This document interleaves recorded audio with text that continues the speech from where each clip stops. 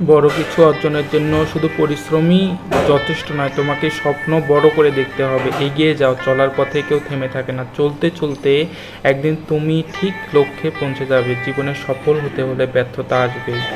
যেদিন ব্যর্থতাকে জিততে শিখে যাবে সেদিন তুমি সফল হবে। আপনার স্বপ্ন সবাইকে বলবেন না, তাদেরকে করে দেখান যে আপনি করতে পারছেন। একটা স্বপ্ন ততক্ষণই স্বপ্ন থাকে যতক্ষণ না তুমি তাকে বাস্তবায়িত করছো। অন্য কারো বা অন্য সময়ের জন্য অপেক্ষা করলে পরিবর্তন আসবে না, পরিবর্তন নিজ থেকেই শুরু করতে হবে। বড় কিছু অর্জনের লক্ষ্যে ভালো কিছু ত্যাগ করো, দ্বিধাবোধ করবে না। স্বপ্ন দেখলে বড় করে দেখো, সেটাই তোমাকে সবচেয়ে বেশি অনুপ্রাণিত করবে।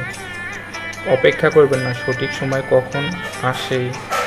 এক কথায় স্বপ্নকে বাস্তবায়িত করতে 4টি জিনিসের প্রয়োজন: ইচ্ছা, আত্মবিশ্বাস, সাহস আর নিয়মিত কাজ।